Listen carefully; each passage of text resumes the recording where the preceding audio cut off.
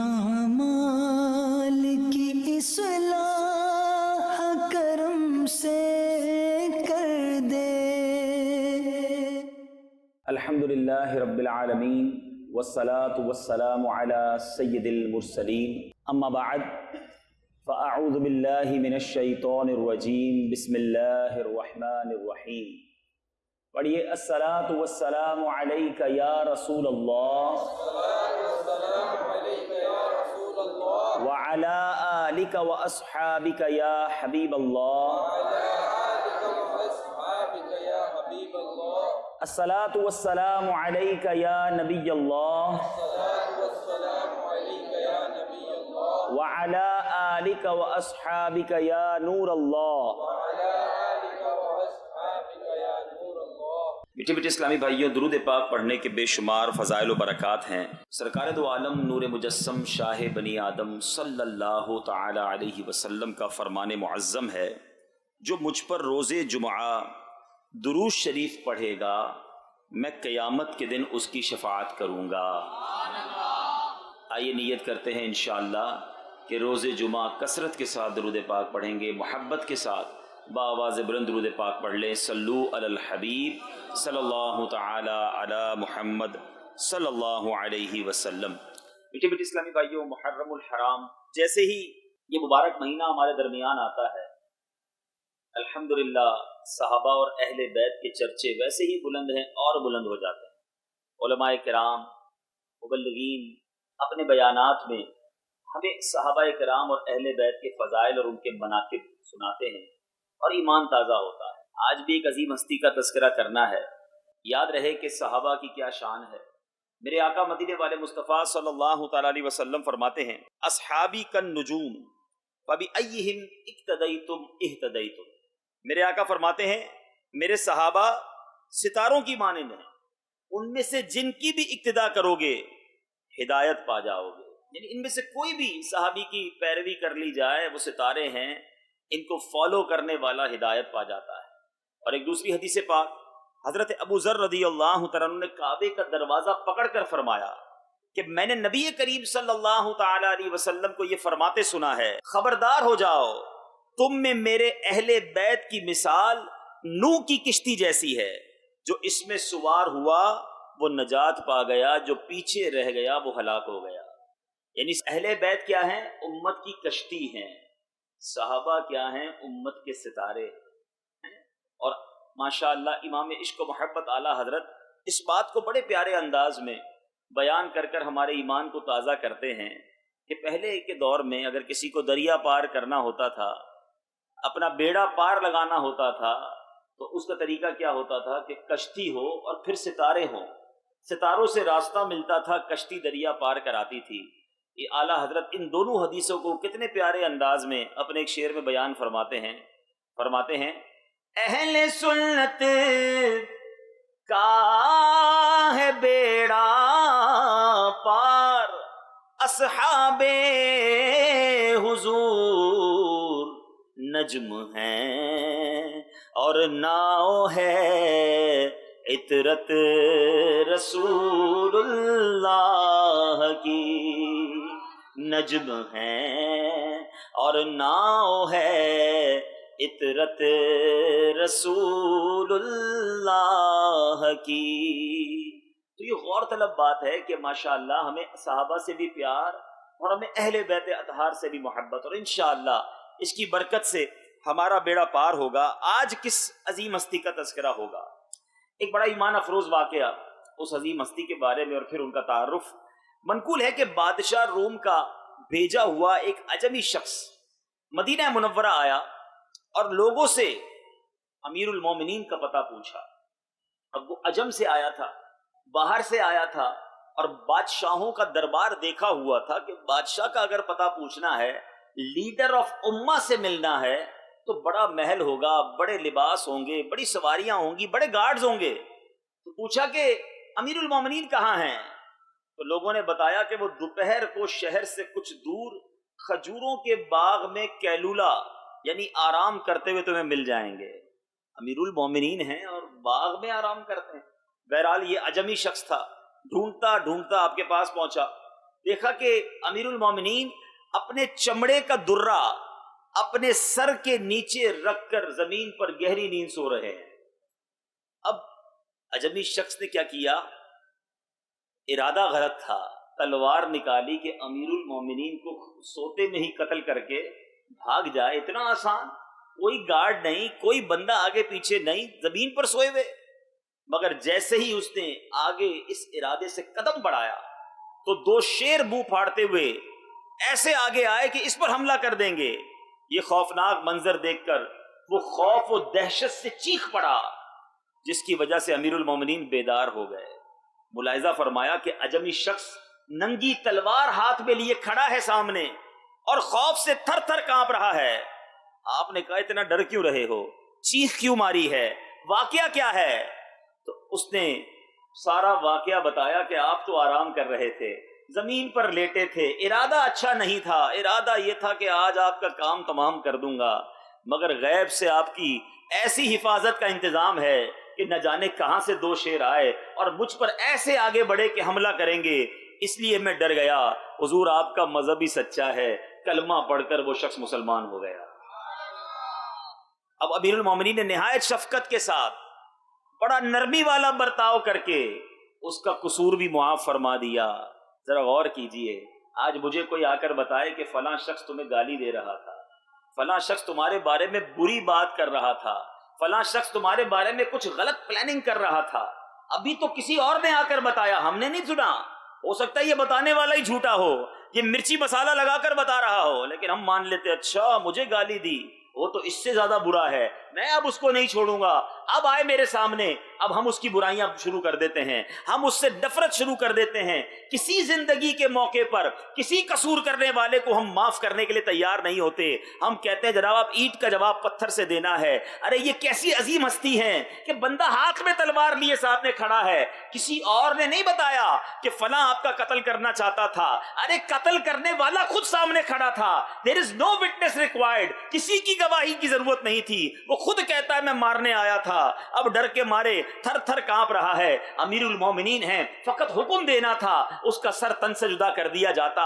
امت کے لیڈر کو قتل کرنے آنے والے کی سزا کیا ہونی چاہیے؟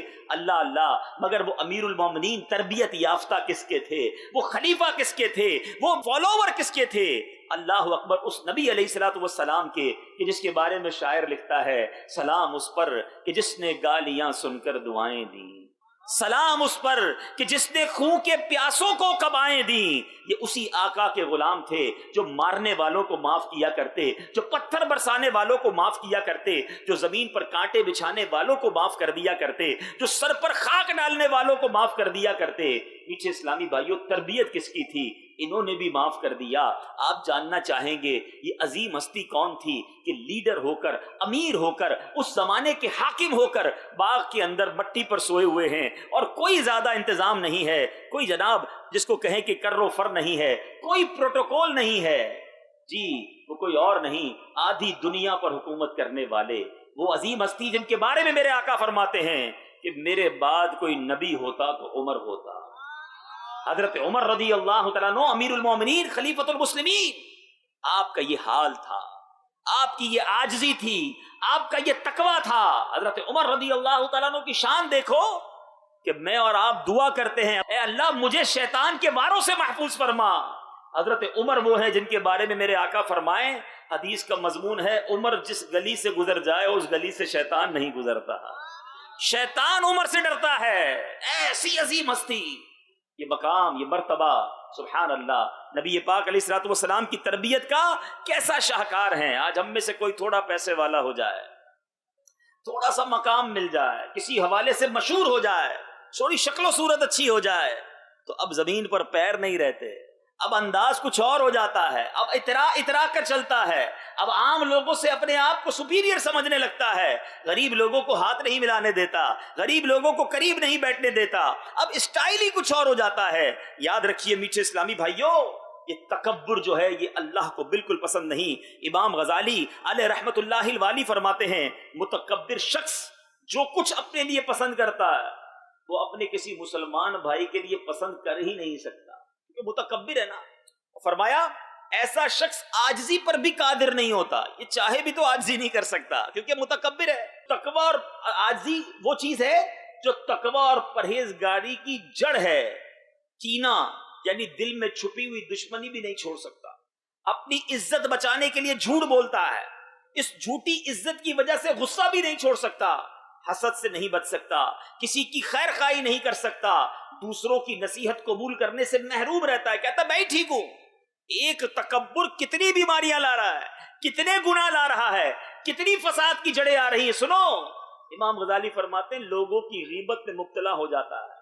متکبر آدمی اپنا بھرم رکھنے کے لیے ہر برائی کرنے پر مجبور اور ہر اچھے کام کو کرنے سے عاجز ہو جاتا ہے۔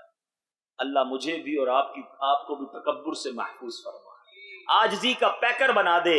واقعی یہ تکبر ایسی بیماری ہے جو بندے کو برباد کر کے رکھ دیتی ہے۔ پیچھے پیچھے اسلامی بھائیوں، کسی اور کی مثال کیوں دوں، خود شیطان فرشتوں کا استاد تھا، اللہ کی بارگاہ میں اتنا مقرب تھا کہ اس کے بارے میں آتا ہے جب فرشتے اللہ کی بارگاہ میں حاضر ہوتے نا، یہ فرشتہ نہیں تھا، یہ جن تھا، مگر یہ فرشتوں کی صف میں اللہ کی بارگاہ میں حاضر ہوتا، اتنا اللہ کی بارگاہ میں یہ مقرب تھا۔ کیا غلطی کی تھی شیطان نے؟ عبادتیں بھی تھی، علم بھی تھا، ریاضتیں بھی تھی۔ بتایا جاتا ہے شیطان نے اتنے سجدے کیے کہ زمین پر کوئی ایسا کونا باقی نہیں تھا جہاں شیطان نے سجدے نہ کیے ہوں، اتنی عبادت تھی۔ میں اور آپ کو کچھ بھی نہیں ہے نا، کتنی نمازیں پڑھ لی، کتنی عبادتیں کر لی، کتنا علم حاصل کر لیا، فرشتوں کا استاد، لیکن ایک بار تکبر کیا، حضرت آدم علیہ السلام کو سجدہ نہ کیا۔ وجہ کیا بتائی؟ انا خیر من، میں اس سے بہتر ہوں، آدم سے میں بہتر ہوں۔ خلقتنی من نار وخلقتہ من طین، اے اللہ تو نے مجھے آگ سے بنایا، اس کو مٹی سے بنایا، میں بہتر ہوں۔ آج یہی تو ہم کہتے ہیں میں بہتر ہوں، میں گاڑی والا ہوں، میں بہتر ہوں، میں بڑا خوبصورت ہوں، یہ تو کالا رنگ ہے اس کا، میں بہتر ہوں، میں پیسے والا ہوں، یہ غریب ہے، میں بہتر ہوں، میں شہرت والا ہوں، اس کو تو کوئی جانتا نہیں، میں بہتر ہوں، فلاں علاقے میں رہتا ہوں، یہ تو غریب علاقے میں رہتا ہے، میں بہتر ہوں، میری تنخواہ بہت زیادہ ہے، اس کی تنخواہ کم ہے۔ کہاں کہاں بہتری دکھاتے ہو؟ ذرا غور کرو، جس شیطان نے ایک بار تکبر کیا، ساری عبادتیں، ساری ریاضتیں اللہ کے دربار سے راندہ درگاہ ہو گیا، قیامت تک اس پر لعنت ہوتی رہے گی۔ ایک بار کہا تھا انا خیر من، میں اس سے بہتر ہوں، جو روز کہتا ہے میں اس سے بہتر ہوں، اس کا کیا بنے گا؟ ٹھیک ہے زبان سے نہیں کہتے لیکن عمل سے کہتے نا، ضروری نہیں ہوتا ہر چیز زبان سے کہنا، ہو سکتا ہے کوئی کہے نہیں میں تو نہیں کہتا، ارے آپ کہتے نہیں، آپ کرتے ہیں، آپ ایسا عمل کرتے ہیں کہ سامنے والے کو جچا دیتے ہیں کہ تم سے میں بہتر ہوں، آئی ایم سپیریئر، میرے برابر میں کدھر آ کے بیٹھ گیا بھائی، تیرا کیا کام ادھر بیٹھنے کا؟ اٹ مینز میں بہتر ہوں، تمہارا کام نہیں میرے ساتھ بیٹھنا، تمہارا کام نہیں میرے ساتھ کھانا۔ ارے ایسے ایسے متکبرین ہیں، حالانکہ مسجد کے اندر آ کر تو ایک ہی صف میں کھڑے ہو گئے محمود و ایاز۔ یہ نماز مجھے اور آپ کو گویا لیسن دے رہی ہے عاجزی کا، کہ تمہاری دائیں طرف اگر حبشی کھڑا ہے، بائیں طرف کوئی غلام کھڑا ہے اور تم زمانے کے آقا ہو تو تم اپنے دائیں طرف والے کو نہیں اٹھا سکتے، اس کے ساتھ کاندھا ملا کر کھڑے رہو گے۔ یہ ہے اسلام جو دنیا کے تمام مذاہب سے برتر و اعلیٰ ہے۔ دنیا میں بہت سارے مذہب ہیں جہاں گوروں کی الگ عبادت گاہیں ہیں، کالوں کی الگ عبادت گاہیں ہیں، یہ صرف اسلام یہ درس دیتا ہے کہ آقا ہو یا غلام جب نماز پڑھتا ہے کاندھے سے کاندھا ملا کر صف میں کھڑا ہوتا ہے۔ مگر ایسے بھی متکبرین پائے جاتے ہیں کہ اگر کوئی غریب، کوئی میلے کپڑے والا، کوئی نچلی ذات والا، کوئی چھوٹے خاندان والا نماز میں برابر میں کھڑا ہو جائے تو اس تکبر کرنے والے کو دل میں برا لگنے لگ جاتا ہے۔ اللہ اکبر، اللہ کی بارگاہ میں حاضری ہے اور برابر میں کھڑے ہونے والے سے میں اپنے آپ کو بہتر سمجھ رہا ہوں، بنے گا کیا اس متکبر کا؟ نہیں میرے پیچھے اسلامی بھائیوں، اسلام یہ نہیں سکھاتا۔ حضرت عمر رضی اللہ تعالیٰ عنہ کتنی بڑی ہستی ہیں، قطعی جنتی، ارے مقام تو دیکھو، زندگی تو نبی پاک کے ساتھ گزاری، آج مزار میں بھی سنہری جالیوں میں میرے آقا کے ساتھ موجود ہیں۔ قیامت تک لوگ روضہ رسول پر حاضری دیں گے جہاں نبی پاک کو سلام پیش کریں گے۔ سیدنا ابو بکر صدیق رضی اللہ تعالیٰ عنہ، سیدنا عمر فاروق رضی اللہ تعالیٰ عنہ کی بارگاہ میں سلام پیش کرتے رہیں گے۔ یہ مرتبہ اور یہ مقام انہیں ملا، مگر حال کیا ہے، عاجزی کیا ہے؟ سنتے جائیے، ایمان تازہ کرتے جائیے۔ کچھ تعارف حضرت عمر فاروق کے بارے میں، بہت بیسک باتیں جو میں پتہ ہونی چاہیے۔ آپ رضی اللہ تعالیٰ عنہ کو یکم محرم الحرام، یہ آپ کا عرس بھی ہے، آپ کو شہید کیا گیا تھا اور یکم محرم الحرام آپ کا انتقال ہوا اور آپ رضی اللہ تعالیٰ عنہ خلیفہ دوم بنے، جانشین پیغمبر۔ حضرت سیدنا عمر کی جو کنیت ہے ابو حفص، حفص کہتے ہیں شیر کے بچے کو، اور آپ ابو حفص ہیں، اور واقعی آپ اس میں بامسمہ ہیں، ایسے شیر اسلام کے لیے آپ کی جو کاوشیں ہیں، اللہ اکبر، آپ اسد اللہ و اسد الرسول، اللہ اور اس کے رسول کے شیر ہیں، اور آپ وہ ہیں پیارے آقا علیہ الصلوۃ والسلام نے ان کا لقب فاروق پیارے آقا نے عطا فرمایا، اور آپ کا جو نام ہے نا وہ اسلام سے پہلے بھی عمر تھا، اسلام لانے کے بعد بھی عمر ہی رہا، بہت سارے نام تبدیل ہوئے مگر حضرت عمر کا جو نام تھا اسلام سے پہلے بھی عمر، اسلام کے بعد بھی عمر۔ اچھا عمر کے معنی کیا ہے؟ عمر کے معنی ہے آباد رکھنے والا یا آباد کرنے والا۔ سبحان اللہ، فاروق اعظم رضی اللہ عنہ وہ ہستی ہیں کہ ایمان لائے تو اسلام کو بھی آباد کر دیا، اس لیے آپ کا نام عمر رکھا گیا۔ آپ رضی اللہ تعالیٰ عنہ عام الفیل، یہ یاد ہونا چاہیے ہمیں، عام الفیل کہتے ہیں ہاتھیوں والا سال، عام عربی میں سال کو بھی کہتے ہیں، ٹھیک ہے۔ عام الفیل یعنی ہاتھیوں والا جو واقعہ ہوا تھا ابرہا والا، یہ واقعہ کب ہوا تھا؟ نبی پاک علیہ الصلوۃ والسلام جس سال پیدا ہوئے نا، یہ اسی سال یہ واقعہ ہوا تھا 55 دن پہلے۔ تو اب علماء جب بھی کسی کی عمر بیان کرتے ہیں نا صحابی کی، تو بڑا پیارا طریقہ ہے کہ عام الفیل کے اتنے سال بعد یہ پیدا ہوئے، کیونکہ نبی پاک اسی سال پیدا ہوئے، ہاتھیوں والے واقعے والے سال، 55 دن بعد اس واقعے کے۔ حضرت عمر رضی اللہ تعالیٰ عنہ عام الفیل کے 13 سال بعد مکہ مکرمہ میں پیدا ہوئے۔ تو اب حضرت عمر پیارے آقا سے کتنے سال چھوٹے ہوئے عمر میں؟ یہ پتا ہونا چاہیے، 13 سال، ٹھیک ہے۔ 13 سال بعد عام الفیل کے پیدا ہوئے آپ رضی اللہ عنہ کی تاریخ ولادت جو کہ ہجرت سے تقریباً 41 سال پہلے، تو آپ 41 سال کے تھے جب ہجرت مدینہ ہوئی، اور صدیق اکبر رضی اللہ تعالیٰ عنہ عمر میں حضرت عمر رضی اللہ تعالیٰ عنہ سے 10.5 سال بڑے تھے صدیق اکبر۔ اچھا، اور لوگ تو ایمان لائے مگر حضرت عمر جو ہے نا، ان کو دعائے رسول بھی کہا جاتا ہے۔ اعلیٰ حضرت کا وہ شعر آج آپ کو بڑے اچھے انداز میں سمجھ آ جائے گا۔ امام عشق و محبت اعلیٰ حضرت کی کیا بات ہے، کیا کمال شاعری کرتے ہیں اور کیا خوبصورت اشارے فرماتے ہیں۔ سرکار علیہ الصلوۃ والسلام نے فاروق اعظم رضی اللہ تعالیٰ عنہ کے لیے دعا کی تھی، 39 مسلمان ہو چکے تھے، اعلان نبوت کو 6 سال ہو چکے تھے۔ میں جب یہ پڑھ رہا تھا تو میں نے سوچا کہ کتنی تکلیف اٹھائی نبی پاک، ہم بعض اوقات دل برداشتہ ہو جاتے ہیں، یار اتنے سال ہو گئے، اتنی کوشش کی، کوئی نمازی نہیں بنا، کوئی اسلامی بھائی نہیں بنتا، کوئی ہماری بات نہیں سنتا، کسی محلے میں کسی علاقے میں کام نہیں بڑھتا۔ کونین کے والی صلی اللہ تعالی علیہ وسلم رب کے محبوب ہیں، 6 سال گزر گئے اعلان نبوت کو، 6 سال میں کتنے مسلمان ہوئے؟ 39۔ 6 سال کے اندر 39 مسلمان، کتنی تکلیف، کتنی آزمائش۔ عزم و استقلال کے پہاڑ ہیں کہ چھپ چھپ کر نیکی کی دعوت دی جا رہی ہے، کفار حملے کر رہے ہیں، نماز پڑھتے تو صحابہ کو مارتے۔ 6 سال میں 39 مسلمان۔ اب کیا ہوا؟ نبی پاک علیہ الصلوۃ والسلام نے دعا کی، دیکھو میرے آقا کی دعا، اے اللہ اسلام کو تو بالخصوص عمر بن خطاب کے ذریعے دین اسلام کو عزت اور بلندی نصیب فرما۔ میرے آقا نے یہ ایمان نہیں لائے تھے، یعنی ان کے ایمان لانے کی دعا نبی پاک نے کی کہ اللہ عمر بن خطاب کو ایمان کی دولت نصیب کر دے اور اس کے ذریعے اسلام کو سربلندی عطا فرما۔ اب یہ 40ویں مسلمان بنے تو کیسے بنے؟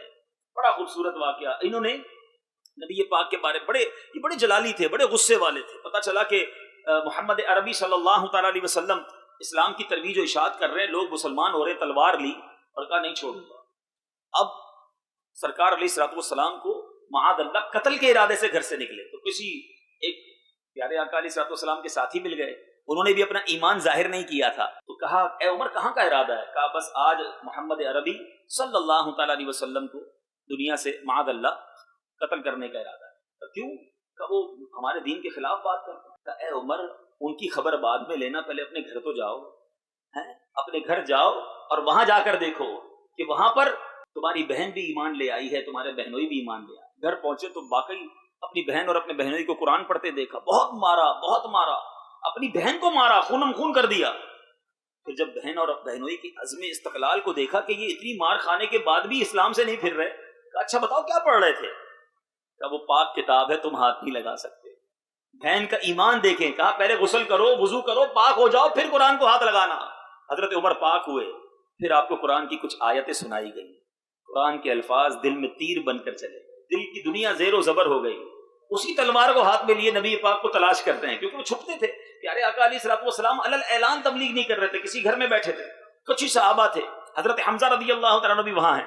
اب دروازہ کھٹکھٹایا، لوگوں نے دروازے کے اندر سے چھپ کر دیکھا کہ کون ہے، کہا عمر ہے. پیارے آقا علیہ الصلوۃ والسلام کی بارگاہ میں کسی نے دروازہ کھول کر کہا یا رسول اللہ عمر آیا ہے. حضرت حمزہ نے کہا اگر اچھے ارادے سے آیا ہے تو ٹھیک ہے، ورنہ آج عمر کی تلوار ہوگی اور اسی سے اس کا کام تمام کر دیں گے. یعنی سارے صحابہ کے اندر ایک طرح سے خوف پیدا ہو گیا کہ عمر دروازے تک تلوار لے کر آ گئے ہیں. حضرت عمر تھوڑی دیر پہلے جان لینے آ رہے تھے، آقا کے جلوے کو دیکھا، کلمہ پڑھ کر مسلمان ہو گئے. اب کمال ہو گیا، ریولوشن، ٹوٹلی انقلاب، پورا معاملہ ہی پلٹ گیا. حضرت عمر 40ویں ہیں مگر اللہ نے کمال شخصیت انہیں دی تھی. اب یہ پیارے آقا کا یہ زبردست کمال، میں یہ عرض کر رہا تھا تاریخ میں کوئی ایسی ہستی نہیں ملتی کہ جس کو کوئی جان لینے آتا، ان کو دیکھتا اور اب انہی پر جان دینے والا بن جاتا. یہ بڑی عجیب بات ہے، میری بات سمجھنے کی کوشش کریں. کوئی کسی سے لڑنے آئے، ہمارے ساتھ بھی ہوتا ہے کہ نہیں چھوڑوں گا، آستینیں بھی چڑھائی، ہم سے کوئی لڑنے آ گیا اور دیکھا یار شریف آدمی ہے، کیا لڑنا، معاف کر دیا. معاف کرنا اور ہے، لیکن بندہ کہے میں اب آپ کے لیے جان دے دوں، دیٹ از ٹوٹلی اپوزٹ بات ہے. کئی بار ایسا ہوا کہ لوگ ننگی تلوار لے کر آتے کہ بس محمد عربی کو قتل کر دیں گے. پیارے آقا کے قریب آتے، نبی کی باتیں سنتے، آقا کا جلوہ دیکھتے، ایمان لاتے اور کہتے اب دیکھتے ہیں آپ کو کون ہاتھ لگاتا ہے. آقا پر جان دینے والے بن جاتے. ہجرت مدینہ کے موقع پر بھی ایسا ہوا کہ لوگ نبی پاک کو گرفتار کرنے آئے کیونکہ بہت بڑے انعام کا اعلان تھا. ڈھونڈتے ڈھونڈتے ڈھونڈتے سرکار علیہ الصلوۃ والسلام کی بارگاہ میں پہنچ گئے کیونکہ گرفتار کریں گے تو 100 اونٹ ملیں گے. جلوہ جانا دیکھا، سرکار کے عشق میں خود ہی گرفتار ہو گئے. کہتے پہلے نیت تھی آپ کو مدینے نہیں جانے دوں گا، اب نیت ہے دیکھتا ہوں مدینے جانے سے روکتا کون ہے، میں آپ کے ساتھ چلوں گا. تو کیا جلوہ زیبا تھا، کیا پیارے آقا علیہ الصلوۃ والسلام کی باتیں. حضرت عمر عرض کرتے یا رسول اللہ صلی اللہ تعالی علیہ وسلم کیا ہم حق پر نہیں، ہم کیوں ڈر رہے ہیں، ہم کیوں چھپ کر نماز پڑھیں، آج کے بعد ہم علل اعلان نماز پڑھیں گے. 39 تھے تو کمرے کے اندر تھے، 40 میں حضرت عمر آتے ہیں، متمم ال40، 40 کا عدد پورا کرنے والے.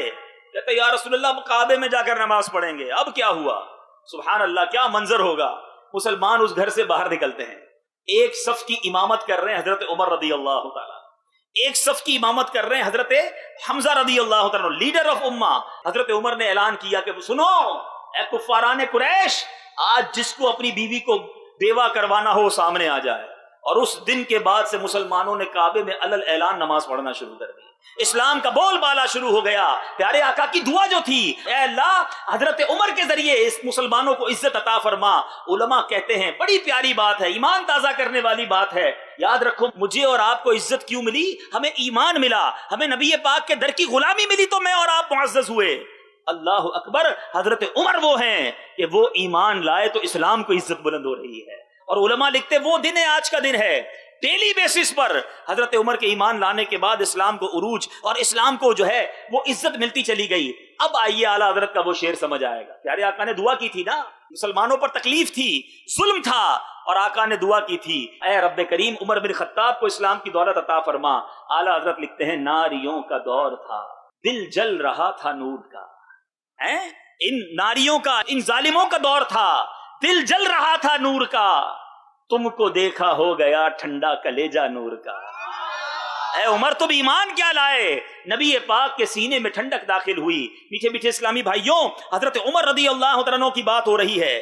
ایک طرف یہ جلال، آپ جب خلیفہ ہوئے نا تو کچھ لوگوں نے اعتراض بھی کیا کہ یہ تو بڑے غصے والے ہیں، یہ بڑے جلال والے ہیں، اگر ان کو امیر المومنین بنا دیا گیا تو رعایا کا کیا ہوگا.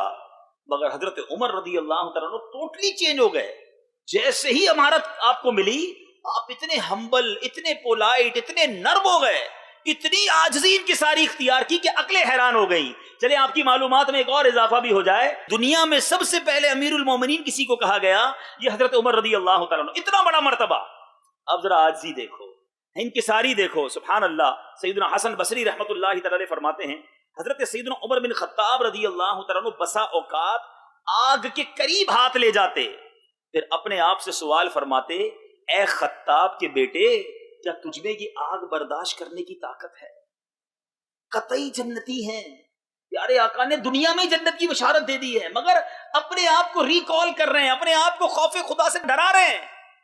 لیکن مجھے اور آپ کو کبھی کبھی ہمیں بھی ایسا ہوا ہوگا، چولہا جلاتے ہوئے، موم بتی جلاتے ہوئے ماچس کی تیلی تھوڑا ہاتھ کے قریب تک پہنچی ہوگی، ڈر کے مارے ہم نے وہ تیلی چھوڑ دی ہوگی، ہیں کسی کا پیر، ننگا پیر کسی جلتی سگریٹ پر پڑا ہوگا تو چیخ نکل گئی ہوگی۔ کبھی اپنے آپ کو اس طرح ڈرایا کہ دنیا کی آگ سے تو اتنا ڈرتا ہے؟ ارے دنیا کی آگ سے 70 گنا زیادہ سخت جہنم کی آگ ہے، ادھر کیا ہوگا ہمارا؟ ایسے اعمال کیوں کر رہے ہیں؟ حضرت عمر اپنے آپ سے بات کرتے، حضرت عمر رضی اللہ تعالیٰ کے بارے میں آتا کہ آپ عید کے دن حضرت عمر رضی اللہ تعالیٰ گھر سے نکلے تو مدینہ منورہ کے لوگوں نے دیکھا کہ آپ نماز عید کے لیے ننگے پاؤں تشریف لے جا رہے ہیں۔ اللہ اللہ، کیا عاجزی تھی، کیا سادگی ہے، کیا غربت ہے۔ آج عید والے دن نئے کپڑے نہ ہوں تو ہماری حالت خراب ہو جائے، چپل پرانے ہوں تو لڑائی شروع ہو جائے گھر میں۔ ارے پیر میں چپل ہی نہیں امیر المومنین کے، مگر زباں پر شکوہ رنجو علم لایا نہیں کرتے، نبی کے نام لیوا غم سے گھبرایا نہیں۔ اے کاش میں اور آپ بھی کسی امتحان پر اللہ کی بارگاہ میں دل سے شکر ادا کریں کہ مولا میں راضی ہوں۔ یقین کریں میٹھے اسلامی بھائیوں، آپ کسی بھی مشکل میں، کوئی بے روزگار ہوگا، کوئی قرض دار ہوگا، کوئی چھوٹے سے گھر میں رہتا ہوگا، کوئی کسی وجہ سے پریشان ہوگا، پھر بھی آپ اور میں جس طرح کی زندگی گزار رہے ہیں نا، لاکھوں کروڑوں لوگ ایسی زندگی گزارنے کی تمنا رکھتے ہیں۔ آپ کہیں گے ایسے کیسے ممکن ہے؟ میں اتنا پریشان، قرض دار، روزگار بھی نہیں، میرے جیسی زندگی کون گزارنے کی تمنا کرے گا؟ اس دنیا میں کئی ایسے لوگ ہیں جن کے پیر ہی نہیں ہیں، کئی ایسے ہیں جو اپنے ہاتھوں سے کھانا نہیں کھا سکتے، ہاسپٹل میں لیٹے، نالیاں لگی ہوئی ہیں۔ آپ اور میں واش روم میں جا کر اپنی طبعی حاجات سے خود فارغ ہوتے ہیں، کچھ ایسے ہیں جو طبعی حاجات بستر پر کر رہے ہیں اور اس کے لیے بھی نالیاں لگی ہوئی ہیں۔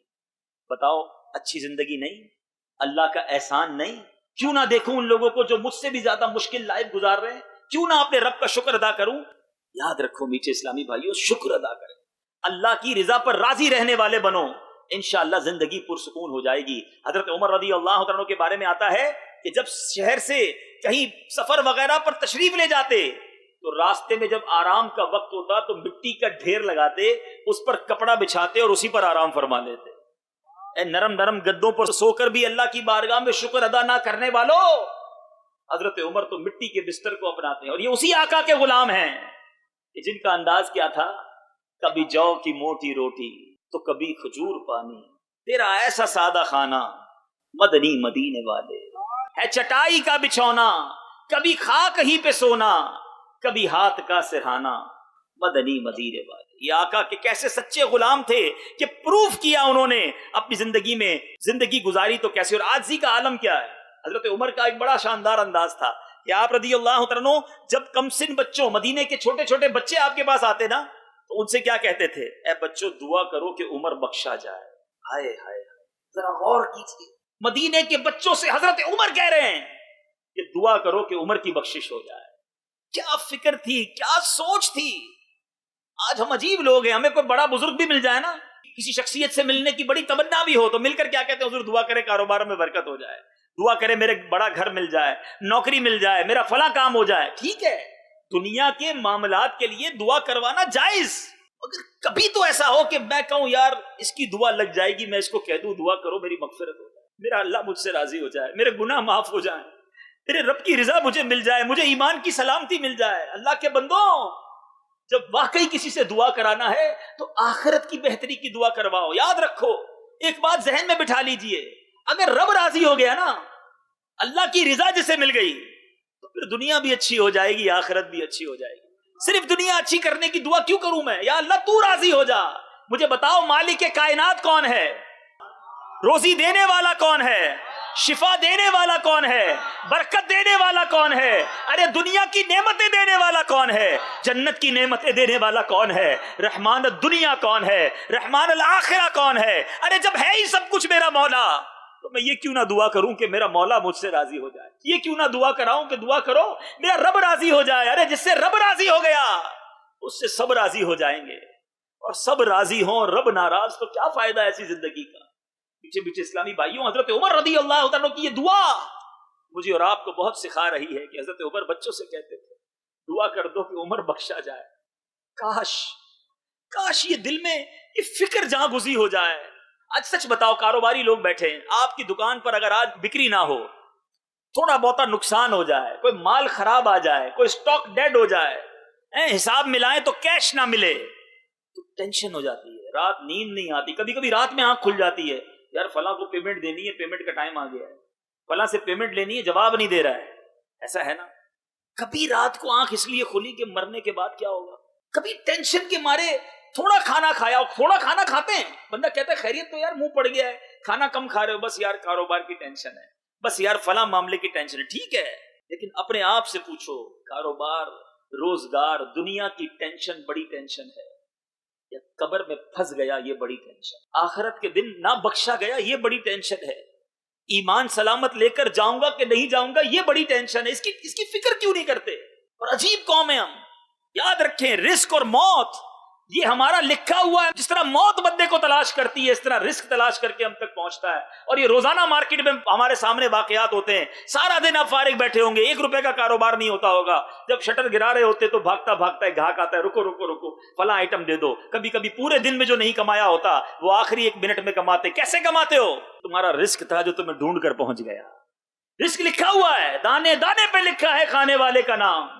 اس کی ٹینشن ہے جو لکھا ہوا ہے، اس کی ٹینشن ہے جس کی گارنٹی ہے، ہم میں سے کسی کے پاس مغفرت کی گارنٹی نہیں، اس کی ٹینشن ہی نہیں ہے۔ حضرت عمر کہہ رہے ہیں کہ دعا کرو عمر بخشا جائے، ہائے اللہ حضرت عمر کے خوف خدا کا صدقہ عطا فرمائے، ان کی عاجزی کا صدقہ عطا فرمائے، حضرت عمر رضی اللہ تعالیٰ عنہ کی قبر منور پر کروڑوں انوار و تجلیات کی بارش برسائے، اور اللہ کے حبیب کے اس ساتھی کے اس خوف خدا، اس احساس ذمہ داری، اس عاجزی اور انکساری اور اس عشق رسول کا صدقہ ہمیں بھی نصیب فرمائے۔ میرے بیچ اسلامی بھائیوں، اپنی زندگی میں اگر ان عظیم ہستیوں کا اگر آپ اثر پیدا کرنا چاہتے ہیں، ان عظیم ہستیوں کے نقش قدم پر چلنا چاہتے ہیں تو دعوت اسلامی کا مدنی ماحول آپ کے سامنے ہے، خدا را اس مدنی ماحول سے وابستہ ہو جائیں ورنہ زندگی کہیں اسی طرح ضائع نہ ہو جائے۔ اللہ تعالی ہم سب کو عمل کرنے کی توفیق عطا فرمائے۔ کچھ محرم کے فضائل میں نے بیان کرنے ہیں، اور عاشورہ کے دن کون سے کام کرنے ہیں وہ بھی بیان ہوں گے۔ عاشورہ کا دن، اس کی بے شمار فضیلتیں ہیں، احادیث میں اس دن کی بڑی اہمیت کو بیان کیا گیا۔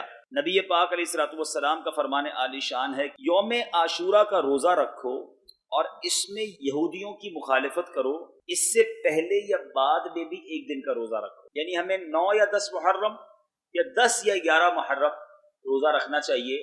یاد رکھیں اس روزے کی اہمیت اتنی ہے کہ پہلے کی امتوں میں عاشورہ کا روزہ فرض تھا، پھر سرکار علیہ الصلوۃ والسلام کی جلوہ گری کے بعد یہ فرضیت ختم ہوئی اور رمضان کے روزے فرض ہو گئے، لیکن سرکار دو عالم صلی اللہ علیہ وسلم کے بارے میں سیدنا عبداللہ ابن عباس فرماتے ہیں کہ میں نے نبی پاک علیہ الصلوۃ والسلام کو کسی دن کے روزے اور دن پر فضیلت دیکھ کر جستجو فرماتے نہ دیکھا مگر یہ کہ عاشورہ کا دن اور رمضان کا مہینہ۔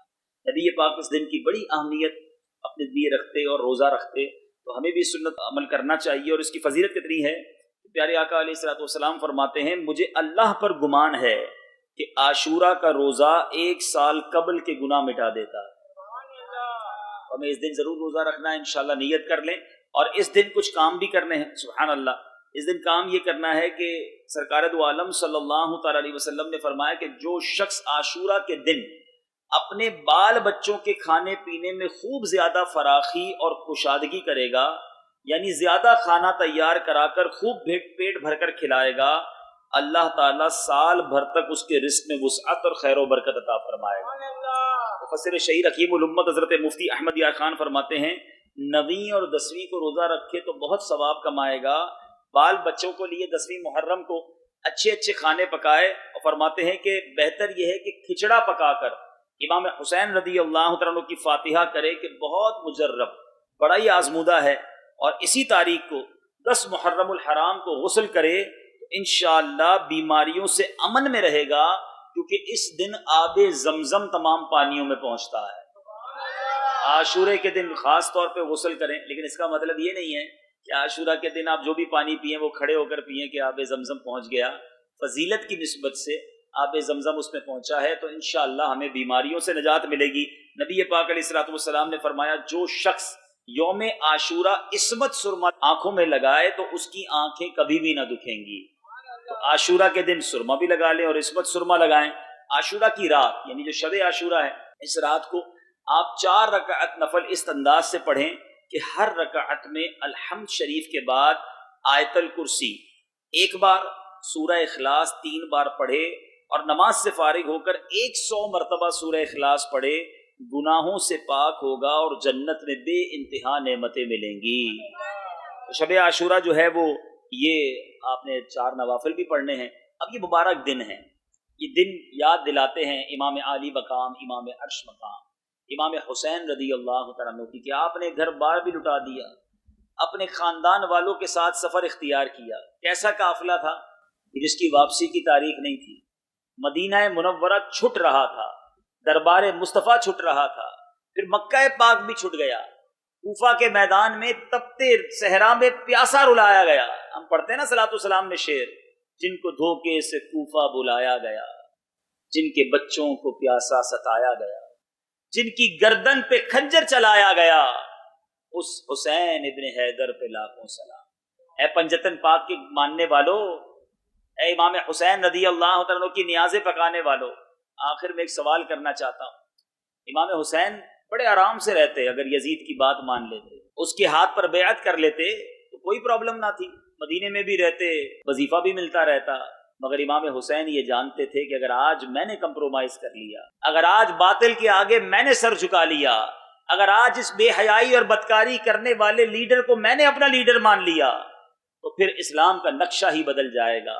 اے میرے میٹھے اسلامی بھائیوں، ٹھیک ہے ہم امام حسین سے ان کی زندگی میں تو ملاقات نہ کر سکے، حیات ظاہری میں ان کی خدمت نہ کر سکے، مگر محشر کے دن انشاءاللہ ان سے ملاقات ہونی، سرکار کے لواء الحمد تلے انشاءاللہ ہم امام حسین اور کربلا والوں سے ملاقات کریں گے۔ مگر بتائیے، اگر امام حسین نے ہم سے یہ سوال کر لیا کہ میں نے تو اپنے نانا کے دین کے لیے سر کٹا دیا، گھر لٹا دیا، تم نے بتاؤ اسلام کے لیے کیا کیا ہے، تو کچھ ہے ایسا جو بیان کر سکیں؟ یا ہم میں کئی ایسے ہوں گے جن کی وجہ سے اسلام بدنام ہوتا ہے، دین کی بدنامی ہماری وجہ سے ہوتی ہے، کیا منہ دکھائیں گے امام حسین؟ کربلا کے دن کربلا والوں نے بھوک میں، پیاس میں، تلواروں کے سائے میں نمازیں نہ چھوڑی، بیبیاں خیموں میں نمازیں پڑھتی رہیں، امام حسین اپنے رفقا کے ساتھ تپتے صحرا میں نماز پڑھتے رہے، بلکہ نماز کا اہتمام اتنا تھا کہ جب آخری وقت آیا تو اس وقت بھی سر سجدے میں تھا اور سجدے میں سر کو کاٹ دیا گیا۔ مگر امام حسین نے اگر ہمیں میدان محشر میں یہ پوچھ لیا کہ ہم قافلے والے تو تلواروں کی سائے میں نماز پڑھتے رہے اور تم پنکھوں میں، کارپیٹ میں اور ایئر کنڈیشن میں نمازیں قضا کرتے رہے ہیں، کاروبار میں بڑا مصروف ہوتا ہوں اس لیے نماز چلی جاتی ہے، رات دیر سے سوتا ہوں اس لیے فجر چلی جاتی ہے، کیا یہ عذر پیش کر سکو گے ان کربلا والوں کو؟ اپنے آپ سے پوچھئے۔ میں تو پنجتن کا غلام ہوں، نعرہ تو ہم سارے لگاتے ہیں، مگر یہ کیا پنجتن کی تعلیم ہے کہ نمازیں قضا ہوتی رہیں؟ امام حسین کا جب سر اقدس نیزے پر لے کر کوفہ کی گلیوں میں گھمایا گیا نا، تو وہ سر اقدس جو ہے، امام حسین رضی اللہ تعالیٰ عنہ کا جو سر تھا وہ نیزے پر بھی تلاوت قرآن کر رہا تھا۔ عبادت ہو تو ایسی ہو، تلاوت ہو تو ایسی ہو، عبادت ہو تو ایسی ہو، تلاوت ہو تو ایسی ہو، سرے شبیر تو نیزے پہ بھی قرآن سناتا ہے۔ مگر آج ہم میں سے کتنے ایسے ہیں جو روز قرآن پڑھتے ہیں، تلاوت قرآن کرتے ہیں؟ امام حسین نے اگر میدان محشر میں پوچھ لیا کہ میرا سر تو نیزے پہ بھی تلاوت کرتا تھا اور تم پورا سال قرآن نہ کھولتے تھے، کیا جواب دیں گے؟ صرف نعرے لگانے سے، اہل بیت اطہار کی غلامی کا اعلان کرنے سے ہی غلامی نہیں ہوتی، ان کی سیرت کو بار بار محرم میں جو بیان کیا جاتا ہے، اس سے میں نے اور آپ نے اپنی ذات میں بھی تو کچھ حاصل کرنا ہے نا، اپنی زندگی میں بھی کچھ امپلیمنٹ کرنا ہے۔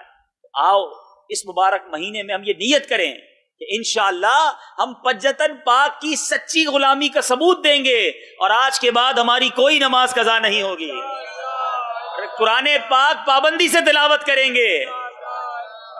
اچھا ذرا غور کریں، دو قافلے تھے، ٹھیک ہے؟